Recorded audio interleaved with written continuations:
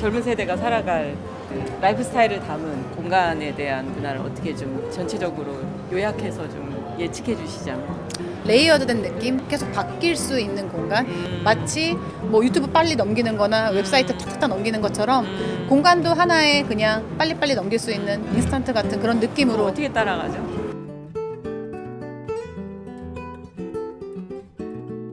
한국에는 언제 오신 거예요? 한국은 2018년 말에 왔어요. 네. 이태리에 있는 파트리시아 우르키올라 스튜디오에서 한 6년 정도 이제 일을 했어요. 네네. 그래서 이태리에서 뭐 카시나 쇼룸이라던가 아니면은 뭐 트리엔날레 전시라던가 다양한 전시 프로젝트 같은 것들도 하고, 이제 한국에서는 제가 이태리에 있으면서 그 신세계 백화점 리노베이션 프로젝트, 리빙 프로젝트, 그리고 뭐 메리어트 호텔의 라운지, 뭐 이런 프로젝트를 이제 계속 해오다가 제가 소놀이라는 스튜디오를 설립을 했어요. 한 3년 전에. 다양하게 지금 공간 프로젝트를 하고 있어요. 네.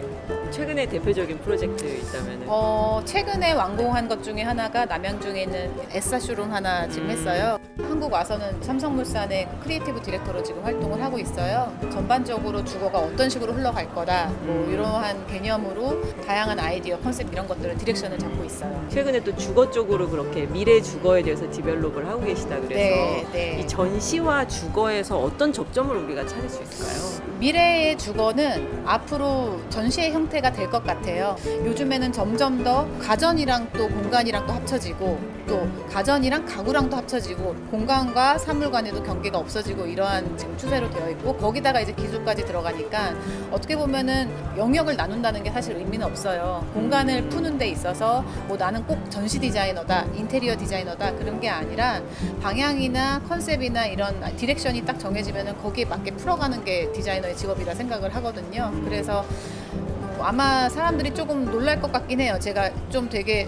어떻게 보면 MZ세대 타겟으로 하는 그 미래 주거 컨셉으로 했는데, 사실은 뭐 다양한 영역으로 다양하게 하고 있지만, 저는 일단은 제 색깔, 그리고 소노리 스튜디오만의 색깔이 좀 확실하게 드러날 수 있는 그런 방향으로 다양하게 접근을 하고 싶어요. 국내에서도 이제 뭐 럭셔리를 비롯해서 일반 그 좀 대중적인 퍼블릭한 브랜드까지 다양한 좀 네. 커머셜 공간들을 예. 경험을 해주신 것 같은데 좀 차이가 있을까요? 사실은 우리가 딱 럭셔리 했을 때 이제 비싸다 이런 생각이 들잖아요.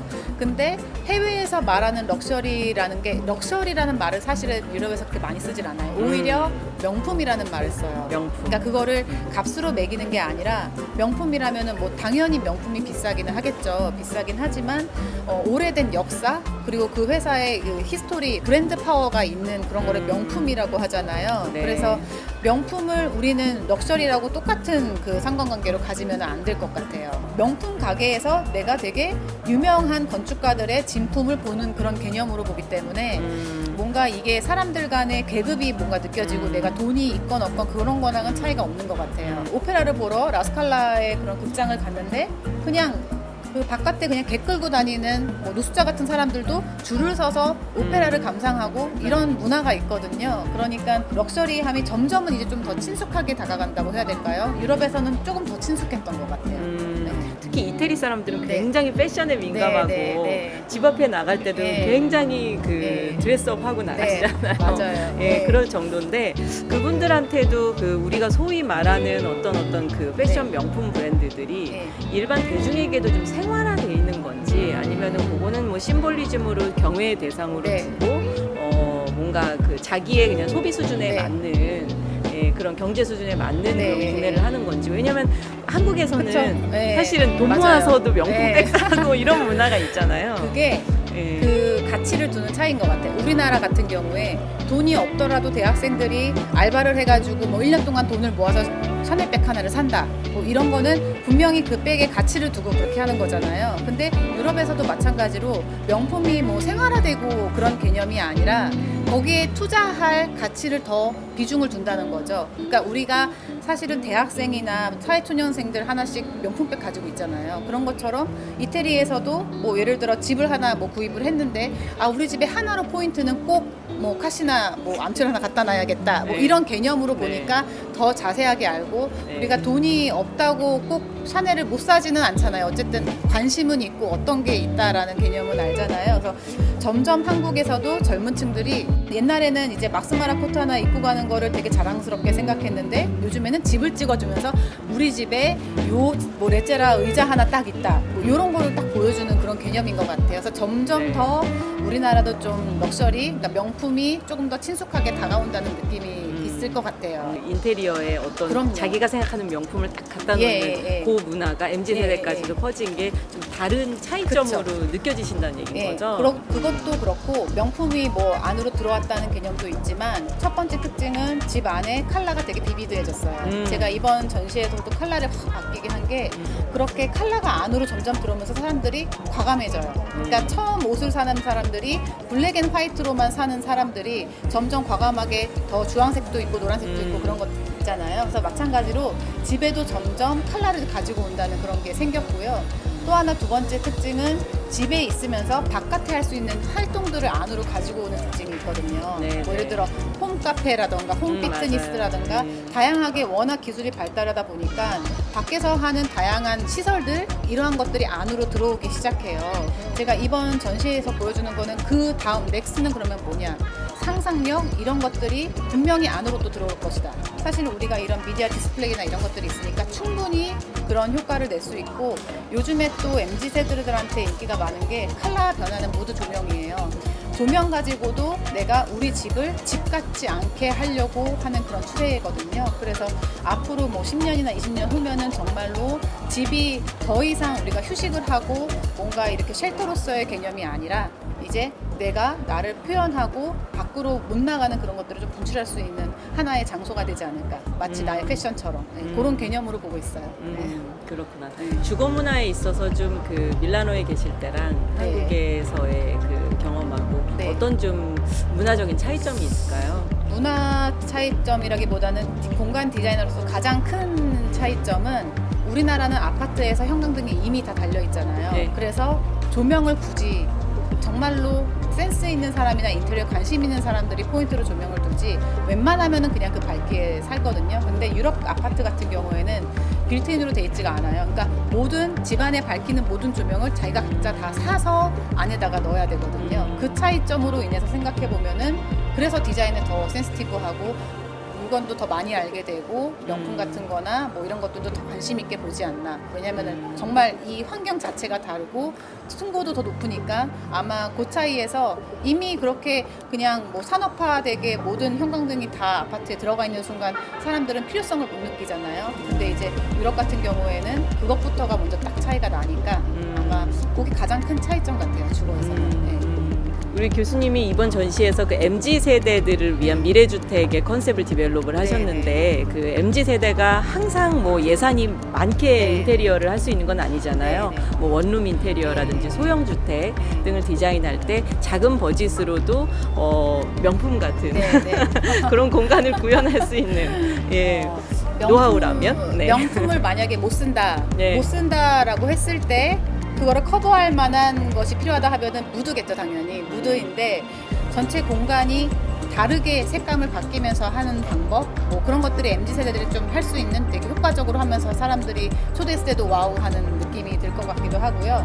두 번째는 패브릭을 되게 효과적으로 잘 활용하면은 아마 되게 효율적일 것 같아요. 예를 들어 뭐 소파가 있으면은 뭐 청가리를 하면서 돈을 내면서 하기는 힘들겠지만 뭐 그냥 이케아 같은 데 가서 블랭켓 같은 것만 한번 싹 바꿔도 위에다가 한번 얹혀놓더라도 전체 분위기가 달라지잖아요. 그래서 뭐 하드웨어적인 거를 막 사가지고 바꾸기보다는 스타일링, 뭐 패브릭이라던가 조명이라던가 무드를 전체적으로 바꿔주는 것을 좀 하면은 되게 가성비 좋은 뭔가 팁이 될 것 같긴 해요. 한국에서도 디자인 바이 어떤 한국 디자이너 이게 효력이 있는 시대가 왔을까요? 항상 디자인 바이 어느 유럽에도 그쵸. 건축가 네. 디자이너가 따라 붙는 네. 거잖아요. 근데 뭐 그분들이 모든 걸 다 설계하시지는 않는 그렇죠. 경우가 네. 더 많고 네. 한데 그걸 어떻게 생각하세요? 한국의 디자이너들이 아직은 경험이 부족한가? 아니요. 아니면 그 산업 구조가 다른 것 같아요. 우리나라는 대기업 위주로 흘러가는 산업체거든요. 그리고 그 안에 회사마다 인하우스 디자인 팀이 다 있어요. 예를 들어 삼성전자는 삼성전자 디자인 팀, 뭐 예를 들어 현대, 뭐 리바트 팀, 뭐 이런 식으로 딱 인하우스 디자이너들이 있는데 외국 같은 이태리 같은 경우에는 대기업이 없어요. 다 소규모의 가족 중심의 조그만한 기업들이거든요. 근데 뭐 예를 들어 카르텔이라던가 뭐 이런 식으로 조그만한 그런 기업들이 장인 정신을 해서 브랜드의 그 가치를 올려주는 그런 거기 때문에 안에 인하우스 디자이너가 없어요. 그래서 어쩔 수 없이 아웃소싱을 하면서 네. 바깥에서 디자이너들을 데리고 이번에 콜렉션의 컨셉은 뭐 예를 들어 뭐 스프링이다 하면은 거기에 맞게 다른 스타 디자이너들을 이렇게 데리고 와서 하나의 프로젝트를 완성을 하거든요. 네. 그래서 어쩔 수 없이 구조가 스타 디자이너를 스타로 키우기도 하고 아니면은 디자이너들의 이름이 필요할 수밖에 없는 구조예요. 근데 우리나라는 대기업에서 다 하나씩 그 안에서 다 알아서 해결을 하니까 그런 구조였는데 스타 디자이너가 필요 없고 내가 아무리 뭐 공부를 뭐 디자인을 공부했어도 결국은 기업 가면은 그냥 사원 나부랭이겠다 뭐 이런 생각이 좀 들면 그렇죠 그런 생각이 들 거 아니에요. 네. 내가 아무리 해봤자 나는 주임이고 대리다 뭐 이런 생각이 드는데 네. 어느 디자이너가 아니라 그렇죠. 어느 디자이너가 중요한 건 아니고 어느 회사에 다니는 직원이다 이런 개념이었는데 한국에서 이제 이태리에서 돌아오고 나서 보니까 점점 브랜드 네임이 되게 옛날보다는 많은 스튜디오들한테 아웃소싱을 하고 스튜디오들이 너무 다 잘해요. 한국의 한국에. 디자이너들. 예. 감각을 비교를 하자면 사실 이태리나 한국이나 저는 비교할 필요 없이 정말로 감각도 뛰어나고 특히 우리나라는 우리나라만의 그 K 스타일이 또 있기 때문에 전혀 결코 뒤지지가 않다는 생각이 들어요. 오히려 이제 뭐 이러면은 좀 이상하겠지만 이태리는 이미 만들어 놓은 업적이 워낙 조상대에서 너무 많기 때문에 거기서 조금씩만 변형을 하더라도 역시 자기네들이 그건가요? 잘 먹고 살잖아요. 조상 잘 만난 그쵸. 분인가요? 근데 저희는 또 이제 불굴의 의지로 젊은 디자이너들 요즘에 너무 잘하잖아요. 네. 그래서 충분히 점점점 따라잡는다. 뭐 이런 생각도 들고 뭐 가구 시장, 주거 시장만 하더라도 요즘 너무 빨리빨리 습득하기 때문에 특히 인터넷 이런 걸로 많이 습득하기 때문에 저는 그 한국만의 그런 감각 센스는 네, 정말로 높이 평가합니다. 네. 외주로 네. 아웃소싱된 어느 디자인 팀 혹은 외부 인력과 이 크리에이티브한 어떤 디자인이라는 산업으로 대화를 할 때 잘 이끌어갈 수, 안 깨지고 잘 이끌어갈 수 있는 서로 감정이나 뭐 다음에 안 보게 되는 상황이 없이 잘 이끌어갈 수 있는 그런 노하우가 있을까요? 노하우라면은 일단은 일에 대해서 얘기를 할 때 감정을 넣으면 안 돼요. 감정이 상한다는 말은 네. 감정을 넣었기 때문에 그런 건데 이태리 분들 그거 잘 안 되지 않아요? 이태리는 잘 안 되죠. 이태리는 감정을 쏟죠. 네. 감정을 쏟고 이메일 자체에도 막 소리를 지르죠. 모니터에다 대고 소리를 질러요. 어쨌든 이러한 필드에서 일을 하게 되면은 일단 감정을 쏟지 말고 팩트만 일단 바라보고서는 어떻게든 조율을 해야 되면은 네. 감정을 빼면 조금 쉽지 않을까 싶은 생각이 들어요. 네. 사실은 뭐 어떤 이제 작은 그 클라이언트하고 네. 일은 잘 안 하셨을 것 같은데. 아니요, 저는 다 해요. 다 하고 싶으면 해요. 네. 어떤 차이점이 있어요, 교수님? 네. 큰 기업은 프로세스가 길어요. 아, 뭔가 컨펌을 받거나 네. 뭐 서류적인 그런 절차가 조금 많은 편이고 작은 기업 같은 경우에는 그게 조금 빠른 편이고 장단점이 있어요. 네. 저는 네. 큰 기업이고 작은 기업이고 그게 중요한 게 아니라 어떠한 프로젝트를 하냐. 그러니까 내가 예를 들어 프로젝트를 끝나고 나서 웹사이트에다 포트폴리오 올렸을 때 어디랑 했다가 중요한 게 아니라 그 작품이 어떠한 스타일을 가지고 어떠한 색감을 가지고 어떠한 느낌을 풍기는지 그렇게 생각을 하면은 사실은 작은 거건 큰 거건 상관이 없을 것 같아요. 네. 이게 해외 네네. 그 디자이너 분들의 프로젝트를 뭐 한국에서 로컬라이징 하는 작업도 아마 하실 테니까 그쵸. 그럴 때 좀 아무래도 유럽인이 가지고 있는 어떤 주거 내지는 어떤 커머셜에 예. 대한 아이디어랑 그거를 한국화할 때 좀 예. 차이점이 분명 발생할 것 같아요. 그래서 구체적인 그런 장면들이 떠오르시는 게 있을까요? 한국의 문화에다가 대입을 시키는 그런 개념이잖아요. 그러니까 뭐 예를 들어 메리어트 호텔에 라운지를 했을 때 소파에서 호텔에서 밥을 먹는다는 건 사실 우리가 있을 수 없잖아요. 아니, 소파에 앉아가지고 커피 네. 테이블용으로 네. 했는데 한국의 호텔에 라운지 했을 때는 거기서 차 마시고 뭐 딤섬 이런 걸 먹어야 되니까 테이블 높이를 다 높였어요. 그러니까 기능적인 그런 거고 디자인적으로 비주얼적으로 봤을 때는 아마 유럽 감성이라면은 조금 더 과감하게 쓰는 컬러, 패턴, 네. 컬러 이런 것들을 한국 사람들은 조금 두려워해요. 한국 디자이너들은 좀 과감하게 써도 될까? 맞아요. 이러면은 좀 너무 불가한데 차라리 유럽에서 해왔다 하면은 유럽에서 했으니까 뭐 괜찮지라는 그런 인식이 좀 있거든요. 아. 조금 더 과감하게 할 수 있어요. 네, 그런 부분이 있구나. 예. 해외에서 넘어오면은 조금 그쵸? 이렇게 네, 뭔가 마음이, 좀 마음이 여유로워져. 그러니까 제가 똑같이 해도 네. 이거는 유럽 스타일이야. 과감하게 해도 그러면 이해가 되는 거죠. 근데 아예 한국 토박이가 하면은 뭐 좀 과하지 않나? 뭐 이런 얘기를 들을 수도 있는 거고 그 차이인 것 같아요. 교수님 전시 좀 소개해 주세요. 이게 미래 주거를 표현하는 몰핑 큐브라고 했는데요. 미래 주거가 앞으로 영상이나 이런 매핑, 프로젝션을 하는 하나의 아트월로 구성된 하나의 제품이다라는 개념으로 접근을 했어요. 주거는 그냥 가구만 사서 넣는 게 아니라 나의 총체적인 모든 생체 리듬까지 다 통합해가지고 연출할 수 있는 그런 공간이 될 것이다. 이런 메시지를 담고 있어서 이 코리도어 자체가 그 프로세스를 보여주는 다양한 팝업 창들이 떠 있으면서 그 프로세스를 보여주는 거예요, 임의로. 네. 한 공간에 내가 있는 것처럼 안 느껴지게 몰입감이 들게 하는 게 가장 중요하거든요.